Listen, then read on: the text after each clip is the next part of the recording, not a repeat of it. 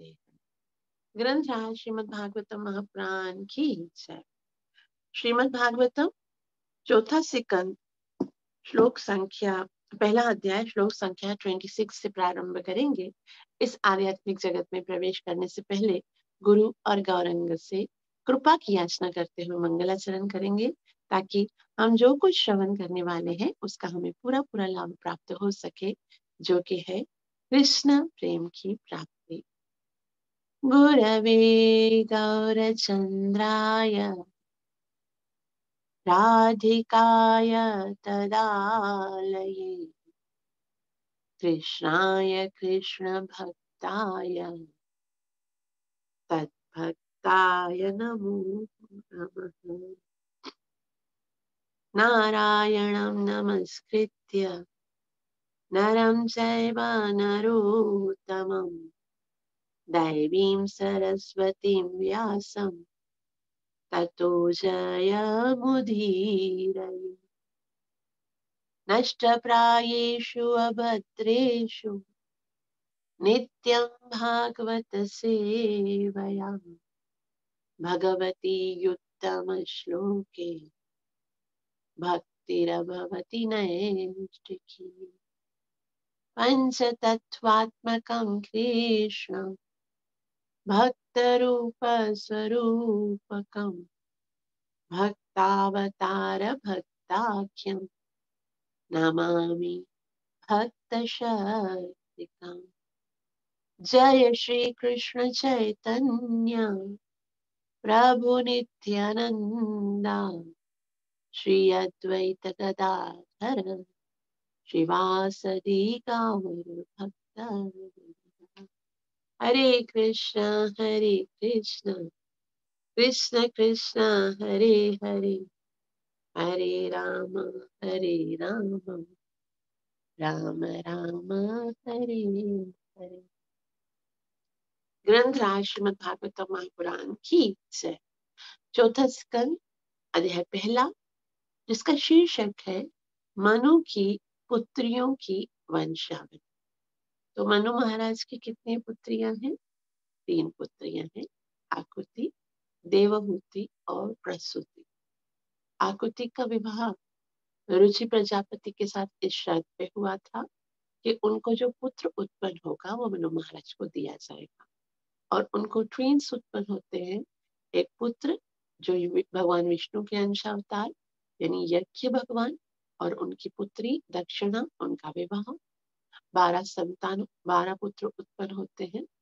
और उसके बाद हमने पढ़ा कि जो देवहूति है उनका विवाह कर्दम ऋषि के साथ और उनकी 9 कन्याएं।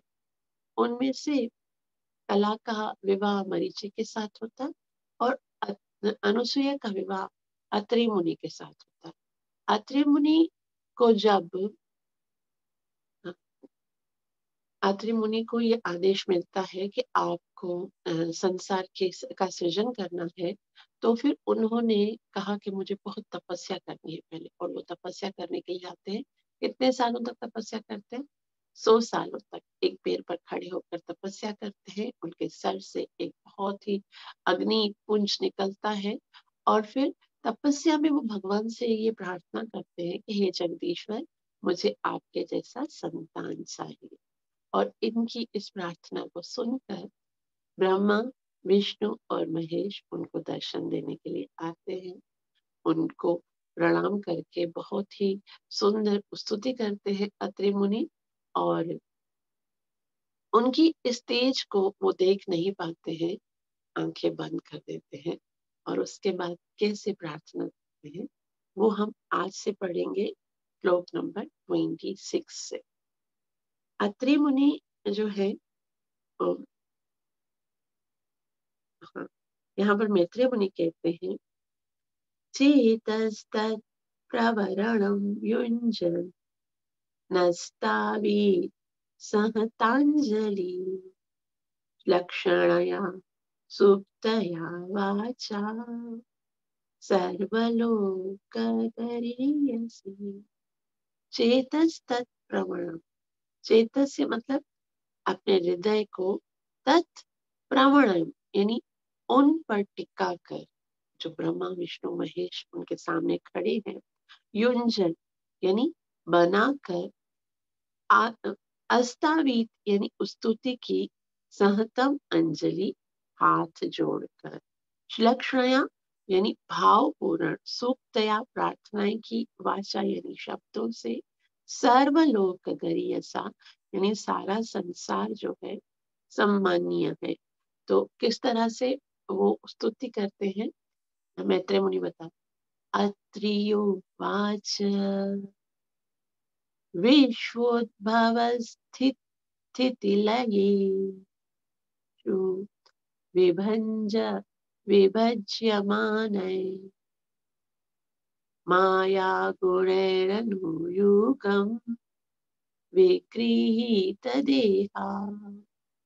ते ब्रह्म विष्णु गिरीशा प्रणतोऽस्म्यहं स्तेभ्यक एव भवताम् इहोपहूत।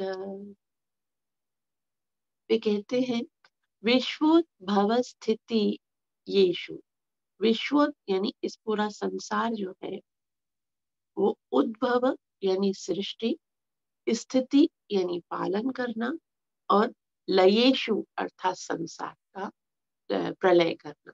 तो क्योंकि सामने ब्रह्मा विष्णु और महेश खड़े हैं, तो वो बोल रहे हैं कि आप तो संसार का विश्व का सृजन पालन और संहार करने वाले हैं।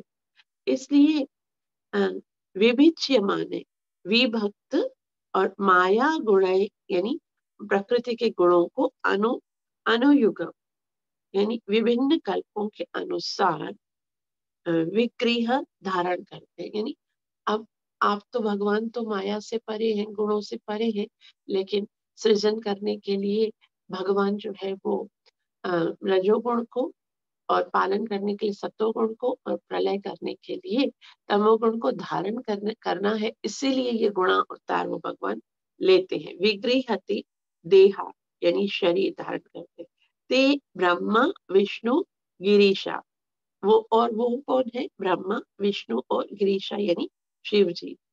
प्रणतः यानी झुका प्रणाम करते, अस्मि अहम मैं आपको प्रणाम करता हूँ, वह यानी आप सब, तेभ्य एव भवता यानी आप ये कह रहे हैं कि आप मुझे ये बताइए कि मुझे ये समझ में नहीं आ रहा है कि मैंने तो भगवान को बुलाया, जगदीश को बुलाया, तो आप ब्रह्मा विष्णु महेश जो कि गुणा अवतार है, आप आए हो तो मुझे बताइए कि तेभ्य एव भवता म इहो इहोपहूत, उपहूत का मतलब है मुझे ये समझ में नहीं आ रहा है, क्या मैंने आप तीनों को बुलाया है क्या, मतलब आप तीनों आ गए हो, मुझे ये बताइए मैंने कैसे बुलाया आपको, मैंने क्या स्तुति की कि आप मेरी स्तुति को सुनकर आए, मैंने तो जगदीश्वर को भगवान को बुलाया है, तो आप आए हो, तो मतलब मैंने आपको बुलाया है क्या, ऐसे वो मतलब वो ब्रह्मा विष्णु और महेश को देखकर हैरान हो गए कि ये तीनों आए हैं, इसका कारण क्या मैंने इनको बुलाया है क्या। एक बार सुनिए ट्रांसलेशन। किंतु पहले से उनका हृदय इन देवों के प्रति आकृष्ट था, अतः जिस प्रकार उन्होंने होश संभाला और वे हाथ जोड़कर ब्रह्मांड के प्रमुख अधिष्ठाता देवों की मधुर शब्दों से स्तुति करने लगे। अत्रि मुनि ने कहा, है ब्रह्मा, है विष्णु तथा हे शिव, आपने भौतिक प्रकृति के तीनों गुणों को अंगीकार करके अपने को 3 शरीरों में विभक्त कर लिया, जैसा कि आप प्रत्येक कल्प में अदृश्य दृश्य जगत की उत्पत्ति पालन तथा संहार के लिए करते हैं। मैं आप तीनों को सादर नमस्कार करता हूँ, और मैं ये जानना चाहता हूँ कि मैंने अपनी प्रार्थना में आप में से किसको बुलाया था, मतलब आप तीनों आए हो, मैंने तो एक को बुलाया था, अब तीनों आए हो तो मैंने किसको बुलाया था, उनमें से जिसकी मैं प्रार्थना कर रहा था, अब तीनों में से कौन है। अनुवाद श्रीला प्रभुपाद जी बहुत अच्छे से समझाएंगे, तात्पर्य श्रीला प्रभुपाद। जब प्रभुपाद जी कहते अत्रि मुनि ने जगदीश्वर अर्थात ब्रह्मांड के स्वामी का आह्वान किया था। भगवान सृष्टि के पूर्व विद्यमान रहे होंगे, अन्यथा वे इसके स्वामी यानी ईश्वर कैसे बने। तो यदि कोई भवन का निर्माण करता है तो इसमें सूचित होता है कि वह उस भवन निर्माण के पहले ही विद्यमान था। फलतः ब्रह्मांड के सृष्टा परमेश्वर को त्रिगुणातीत होना चाहिए। अब देखो, ये 3 गुण भगवान ने उत्पन्न किए। अब भगवान ने ये 3 गुण उत्पन्न किए हैं तो इसका मतलब है भगवान तो उससे पहले होने चाहिए। तो जिस तरह से अगर मैं एक बिल्डिंग बना रही हूँ तो बिल्डिंग बनाने से पहले मेरा होना तो जरूरी है ना।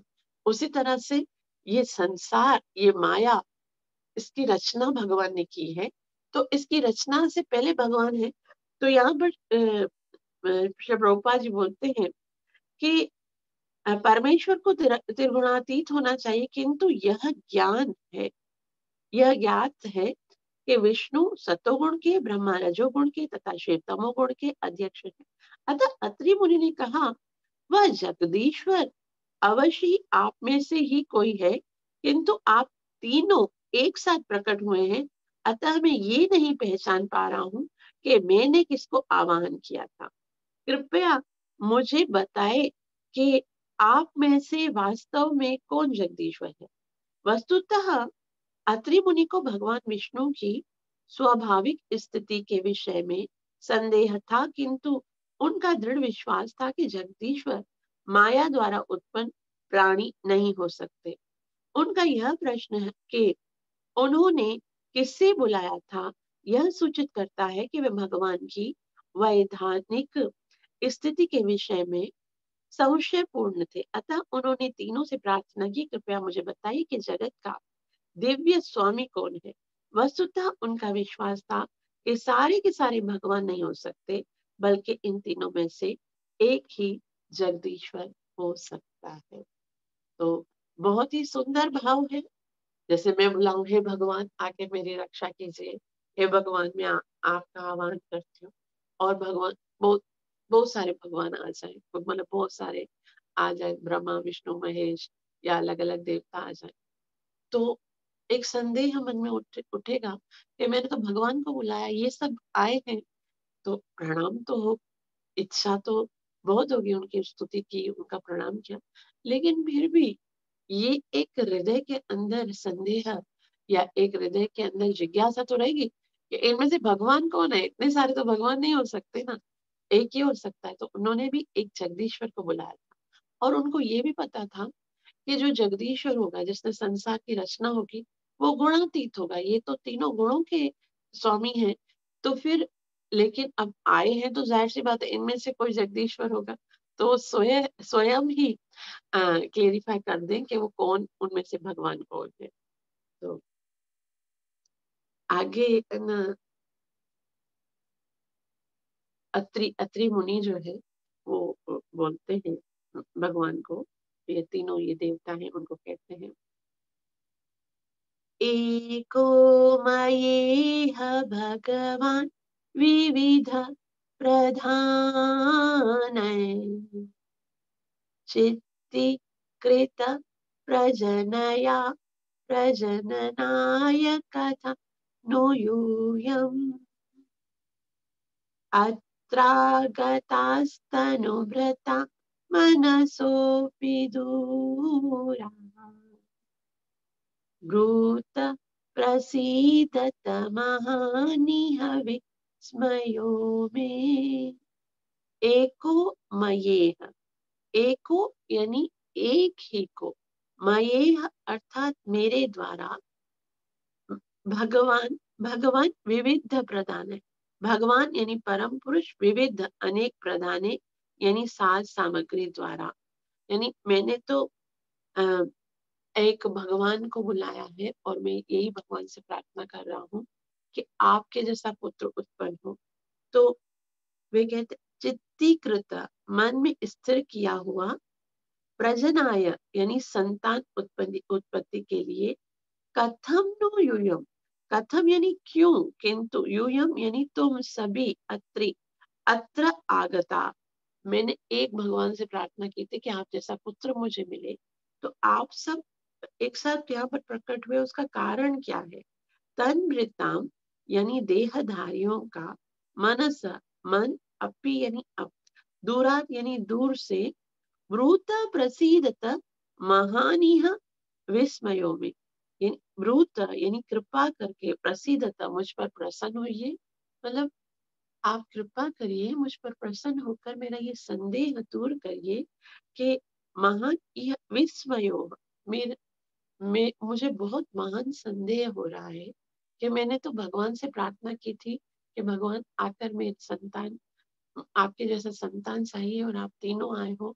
मैं तो आप तीनों को बुलाया तो मैंने भगवान को था, तो आप तीनों आए हो, आप में से भगवान कौन है? और आप अपना परिचय देकर मेरा संदेह दूर कीजिए। अनुवाद: मैंने तो पूर्ण पुरुषोत्तम भगवान के ही समान पुत्र की इच्छा की, उन्हीं से और इच्छा से उन्हीं का आवाहन किया था, और मैंने उन्हीं का चिंतन किया था। यद्यपि वे मनुष्य की मानसिक कल्पना से परे हैं, किंतु आप तीनों यहाँ पर उपस्थित हुए हैं। कृपया मुझे बताइए कि आप यहाँ कैसे आए हैं, क्योंकि मैं इसके विषय में अत्यधिक मोहग्रस्त हूँ। श्रील प्रभुपाद जी कहते, अत्रि मुनि का पूरा पूरा विश्वास था कि श्री भगवान ही जगदीश्वर है, अतः उन्होंने एक परमेश्वर के लिए प्रार्थना की।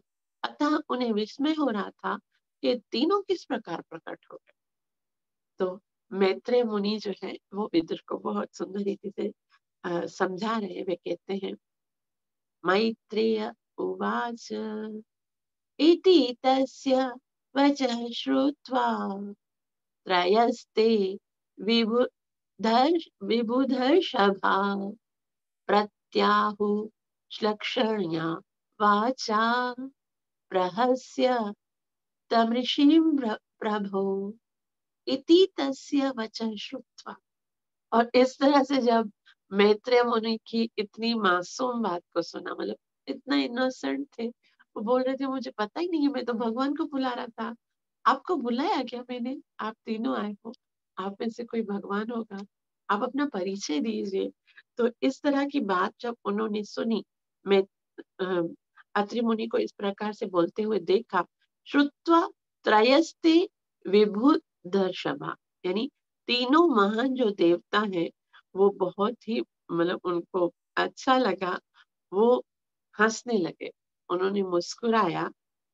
प्रत्याहु श्लक्षणाया, श्लक्षणाया मतलब विनीत वाचा, यानी मृदु वाणी से उन्होंने इस प्रकार से उसको तमृषिम प्रभु, इसको इस तरह से उत्तर दिया। मैत्रेय मुनि ने कहा, अत्रि मुनि को इस प्रकार बोलते हुए सुनकर तीनों महान देवता मुस्कुराए, और उन्होंने मृदु वाणी से इस प्रकार से उत्तर दिया। मतलब अब तीनों जो है वो अत्रि मुनि के इस संशय को, मोह को दूर कर दे। देवा उचुहु, यानी तीनों देवता एक साथ बोल रहे में कहते हैं, यथा कृतस्ते संकल्पो भाव्यं ते नैव नान्यथा तत्संकल्पस्य ते ब्रह्मन् यद्वै ध्यायति ते वयम् यथा कृतस्ते संकल्पो। ये तीनों देवता कहते हैं, यथा कृतस्ते संकल्पो, आपने जैसा संकल्प किया, निश्चय किया है, भाव्याम तेनैव नान्यथा, भाव्याम यानी उससे अन्यथा, उससे कुछ विपरीत नहीं हुआ है।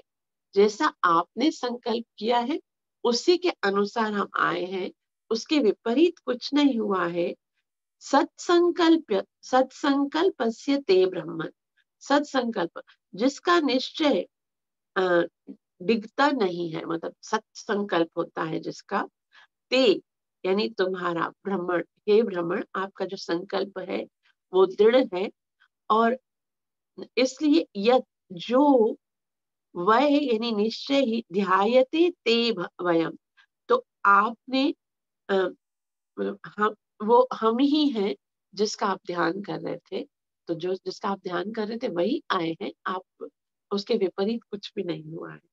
तीनों देवताओं ने अत्रि मुनि से कहा, हे ब्राह्मण, तुम अपने संकल्प में पूर्ण हो, अतः तुमने जो कुछ निश्चित कर रखा है वही होगा, उससे विपरीत कुछ नहीं होगा।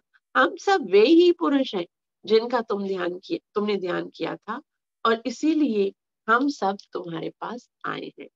तो क्योंकि उन्होंने जगदीश्वर को बुलाया था, जगदीश्वर का मतलब है सृजन करने वाला, पालन करने वाला और प्रलय करने वाला।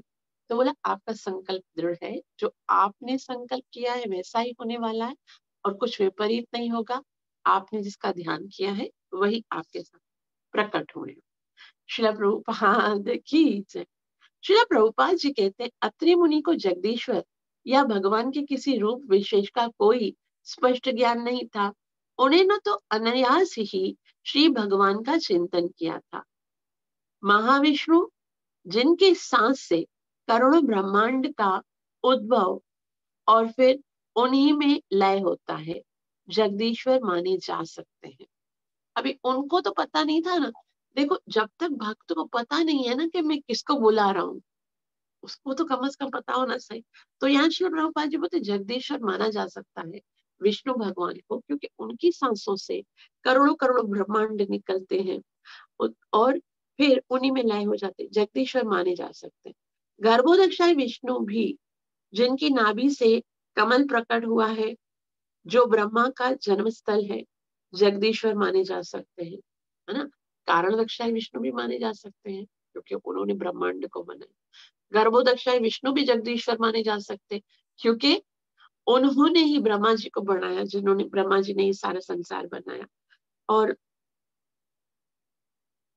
इसी प्रकार समस्त जीव आत्माओं के परम आत्मा रूप क्षीरोदक्षाय विष्णु भी जगदीश्वर कहे जा सकते हैं। फिर क्षीरोदक्षाय विष्णु की आज्ञा से इस ब्रह्मांड में विष्णु रूप को यथा ब्रह्मा तथा शिव को भी जगदीश्वर माना जा सकता है। अब ये तीनों भी क्योंकि संसार को चलाते हैं, प्रलय करते हैं और सृजन करते हैं, तो वो भी जगदीश्वर। विष्णु जगदीश्वर हैं क्योंकि वे जगत के पालक हैं। इसी तरह ब्रह्मा विभिन्न लोकों तथा जीवों की सृष्टि करने के कारण जगदीश्वर है। अतः शिव जी जो अंत में इस ब्रह्मांड का संहार करते हैं, जगदीश्वर माने जा सकते हैं। अतः अत्रि द्वारा किसी विशेष रूप का उल्लेख न किए जाने से उनके चाहने पर ब्रह्मा विष्णु तथा शिव तीनों उनके समक्ष प्रकट हुए और कहा, चूंकि तुमने जगत के स्वामी श्री भगवान के ही समान पुत्र प्राप्त करने के विषय में चिंतन किया था, इसलिए तुम्हारा संकल्प पूरा होगा। दूसरे शब्दों में मनुष्यों की भक्ति की शक्ति के अनुसार ही उसका संकल्प पूरा होता है। तो जैसे जैसे हमारी भक्ति के अंदर शक्ति होगी, वैसा वैसा संकल्प जो हमारा दृढ़ता जो है उसके अनुसार ही हमारा संकल्प पूरा होता है। जैसा कि श्रीमद् भगवत गीता 9.25 में कहा गया, यान्ति देवा व्रता देवान पितृन यान्ति पितृव्रता भूतानि यान्ति भूतेज्या यान्ति मद्या जिनोतिमा। यानी जो जिस विशेष देवता पर आसक्त है वह उसी के धाम में जाता है। यदि कोई पितरों पर आसक्त रहता है तो वह पितृलोक में जाता है। उसी प्रकार यदि पूर्ण पुरुषोत्तम भगवान कृष्ण पर किसी की आसक्ति है तो वह भगवान कृष्ण के धाम जाता है। अत्रि मुनि को जगदीश्वर का कोई स्पष्ट ज्ञान नहीं था, अतः उनके समक्ष तीनों प्रमुख देव प्रकट हो गए जो जगत के तीनों गुण विभागों के स्वामी हैं। अब पुत्र के लिए संकल्प शक्ति के अनुसार ही उनकी इच्छा भगवान भगवत कृपा से पूरी होनी है। अब देखते हैं कि उनके पुत्र के रूप में कैसे, क्योंकि वेदों जी ने पूछा भी यही था ना कि ये तीनों कैसे पुत्र कैसे बने उनके, तो उसी के विषय में मैत्रेय मुनि बता रहे हैं। आगे कहते हैं, अथास्मन् दश भूतास्ते आत्मजा लोकविश्रुता भवितारोङ्गभद्रं ते विस्तृप्स्यन्ति च ते यश। अथ स्मित, अथ मना अतः, और अस्मत् यानी हमारे, अंशभूता विभिन्न अंश, क्योंकि आपने बुलाया है जगदीश्वर को और हम तीनों आए हैं। अब आपका संकल्प पूरा होगा और हम तीनों के अंश से हमारे हमारे अंशभूता यानी विभिन्न अंश से तुम्हारा आत्मजा पुत्र उत्पन्न होंगे।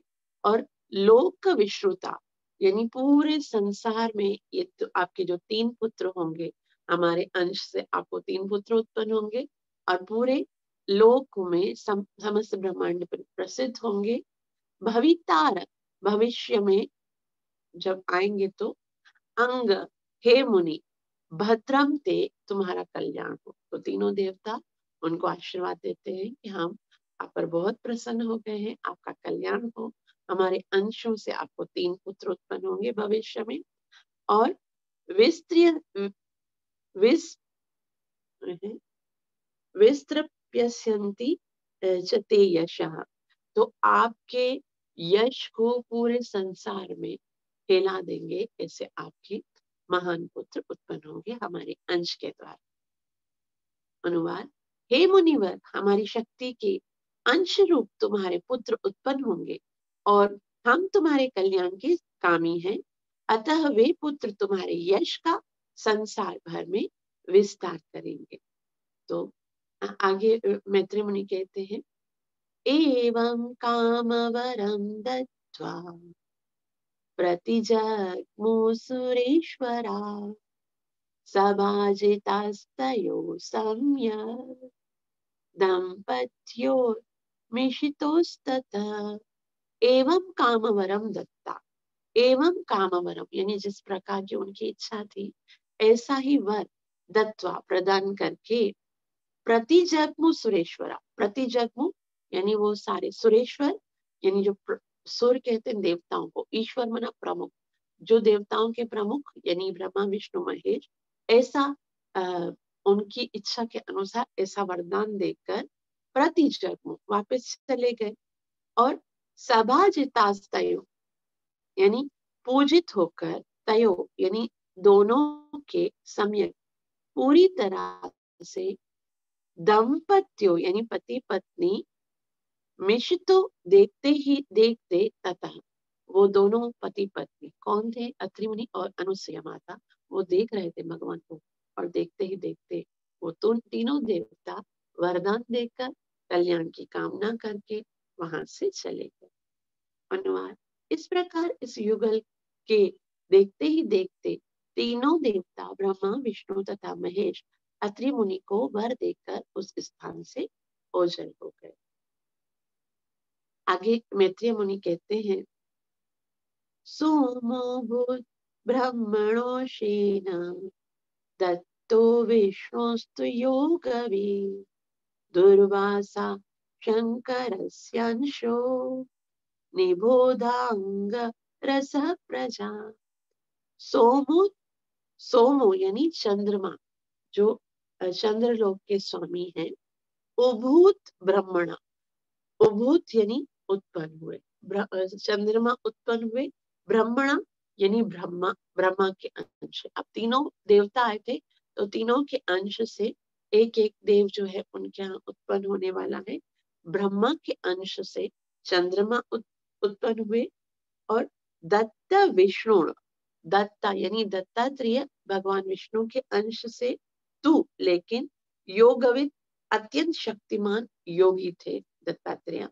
और दुर्वासा शंकर अंश, दुर्वासा जो है वो, दुर्वासा मुनि जो है वो शंकर के अंश से अर्थात शिव जी के अंश से, निबोध यानी समझने का प्रयास करो, अंगिरस यानी अंगिरा ऋषि की प्रजा यानी प्रजा का मतलब होता है संततियों का। तो अभी कहते हैं कि इस तरह से उनको 3 उत्पन्न हुए, 3 संतान उत्पन्न हुए, ब्रह्मा के अंश से चंद्रमा, शिव जी के अंश से दुर्वासा ऋषि और विष्णु भगवान के अंश से दत्तात्रेय। और अब मैं आपको अंगिरा ऋषि की संतानों के विषय में बताऊंगा। अनुवाद, तत्पश्चात ब्रह्मा के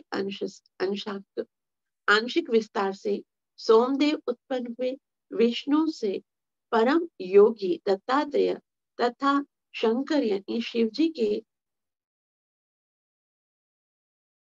अंगिरा के अनेक पुत्रों के संबंध में सुनो।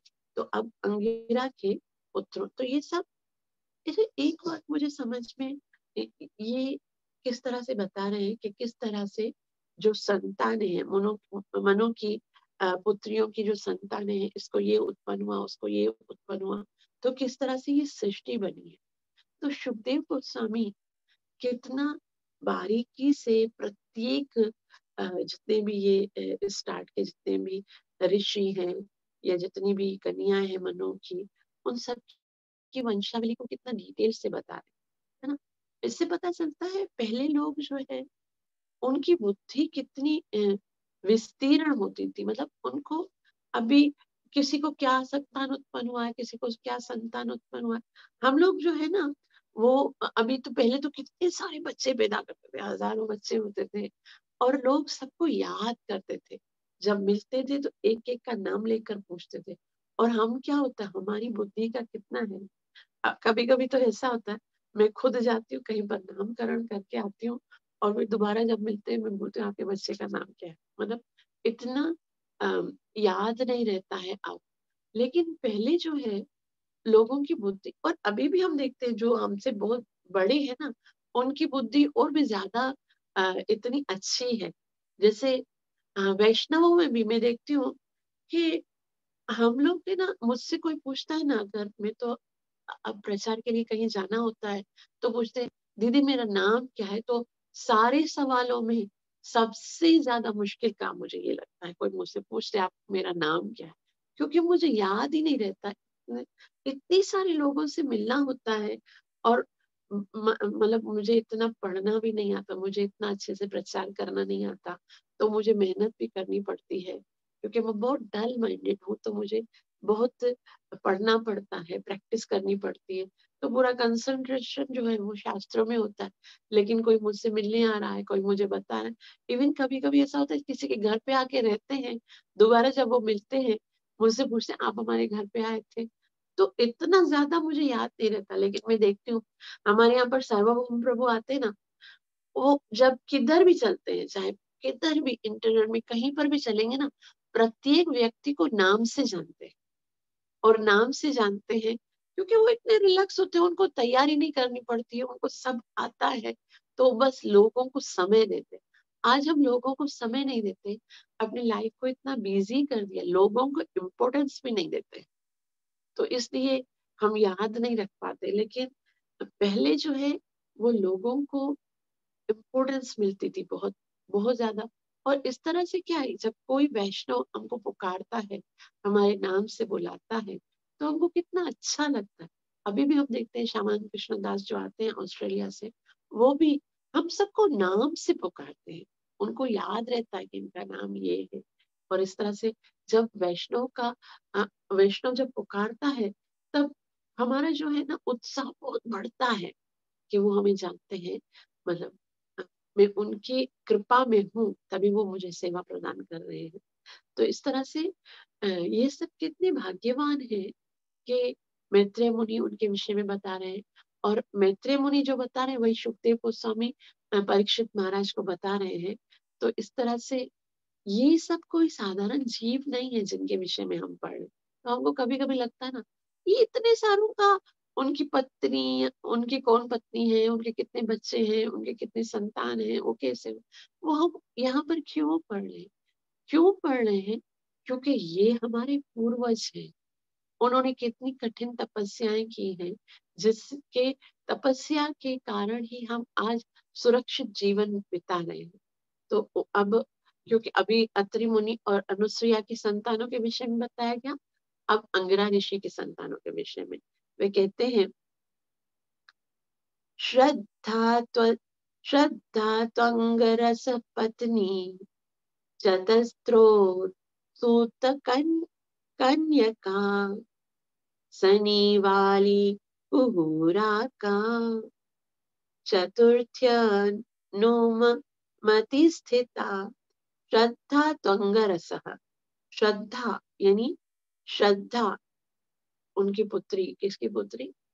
देवहूति और कर्दम ऋषि की पुत्री अंगरस, अंगिरा ऋषि को पत्नी चतस्त्र, उनको अंगिरा ऋषि को श्रद्धा, उनके साथ विवाह श्रद्धा के साथ हुआ और उनको 4 कन्याएं पैदा हुई। चतुर्थ असूत जन्म दिया, कन्या यानी कन्याओं का, और उनके नाम क्या है? वे कहते हैं अंगिरा ऋषि की पत्नी श्रद्धा ने 4 कन्याओं को जन्म दिया जिनके नाम है सनी वाली, कुहू, राका और अनुमति। इस तरह से अंगिरा ऋषि की संतान है। और इन 4 पुत्रियों के अतिरिक्त तो उसके 2 पुत्र भी थे।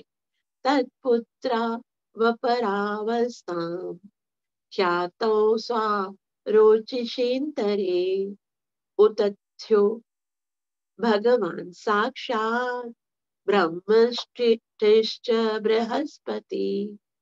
उनमें से एक उतस्य कहलाया और दूसरा महान विद्वान बृहस्पति कहलाया। तो इस तरह से इन 4 पुत्रियों के अतिरिक्त उनके 2 पुत्र भी थे। किसके? अंगिरा ऋषि और श्रद्धा के 6 संतान हुई, 4 बेटियां और 2 पुत्र। और उनके पुत्रों के नाम थे उतस्थ्य और दूसरा महान विद्वान बृहस्पति। बृहस्पति जो के देवताओं के गुरु बने। उसके बाद वे कहते हैं पुलस्त्य के उनकी पत्नी हवीरभू से अगस्त्य नाम का पुत्र उत्पन्न हुआ। अब पुलस्त्य मुनि के बारे में बता रहे। पुलस्त्यो जनयत् पत्न्या अगस्त्यं च हवीर्भुवि सोन्य जन्मनि दहराग्नि विश्रवाश्च महातपा। और उसके साथ साथ में एक पुत्र अगस्त, एक पुत्र उत्पन्न हुआ जो अपने अगले जन्म में देहाग्नि बना। इसके अतिरिक्त पुलस्त्य के एक अन्य महान तथा साधु पुत्र हुआ जिसका नाम विश्रवा। और विश्रवा कौन थे? विश्रवा जो कि हंस, विभीषण और उनके जो पिता थे उनके विषय में बताया गया। तस्य यक्षपतिर्देव कुबेरस्त्विडास्तुतः रावण कुंभकर्णश्च तथान्यस्यां विभीषण। विश्रवा की 2 पत्नियां थी। विश्रवा ने 2 विवाह किए थे। प्रथम पत्नी इडविटा थी जिससे समस्त यक्षों का स्वामी कुबेर उत्पन्न हुआ। अब कुबेर जो थे वो भी रावण के भाई थे जो इडविडा थी उनसे उत्पन्न हुए थे। और दूसरी पत्नी का नाम था केशिनी। और केशिनी जिनसे 3 पुत्र उत्पन्न हुए थे, रावण, कुंभकर्ण और विभीषण। और इसके बाद पुलह ऋषि की पत्नी गति ने 3 पुत्रों को जन्म दिया जिनके नाम थे कर्मश्रेष्ठ, वीर्यवान तथा सहिष्णु। ये सभी महान साधु थे। अब पुलह ऋषि के बारे में बता रहे हैं। पुलहस्य गतिर्भार्यां 3 सूत सती सुतान कर्मश्रेष्ठम वैयासम सहिष्णु च महामते। तो उनके नाम क्या है? कर्मश्रेष्ठ, वीर्यवान तथा सहिष्णु। और ये तीनों बहुत ही अच्छे साधु थे। उसके बाद क्रतु मुनि की पत्नी जो क्रिया है उनकी संतान के बारे में बता रहे हैं। क्रतुरपि क्रिया भार्या वालखिल्यानसूयत ऋषि सहस्त्राणि ज्वलतो ब्रह्म तेजसा। अर्थात क्रतु मुनि की पत्नी क्रिया ने वालखिल्याद नामक 60,000 ऋषियों को जन्म दिया। अब क्योंकि सृष्टि की उत्पत्ति हो रही है और उन्होंने 60,000 पुत्र, और उन 60,000 पुत्रों का नाम क्या है? वालखिल्याद।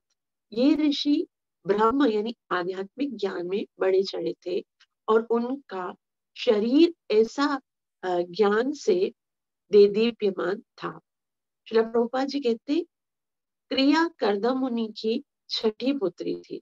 उनसे 60,000 पुत्र ऋषि को जन्म दिया, जिन्हें वालख्य आदि कहा गया है, क्योंकि वे गृहस्थ जीवन त्याग कर वानप्रस्थ हो गए थे। तो 60,000 थे, अलग अलग नाम रखा ही नहीं, सबको वालख्य कह दिया गया। और वो जो है वो सब सन्यासी बन गए, उन्होंने गृहस्थ जीवन का त्याग कर दिया। उसके बाद ऊर्जा वशिष्ठ ऊर्जा का विवाह जो है वो वशिष्ठ मुनि से होता है, वो उनकी सातवीं पुत्री है। ऊर्जायां जकिरे पुत्रा वशिष्ठस्य परन्तप चित्रकेतु प्रधानास्ते सप्त ब्रह्मर्षयो मला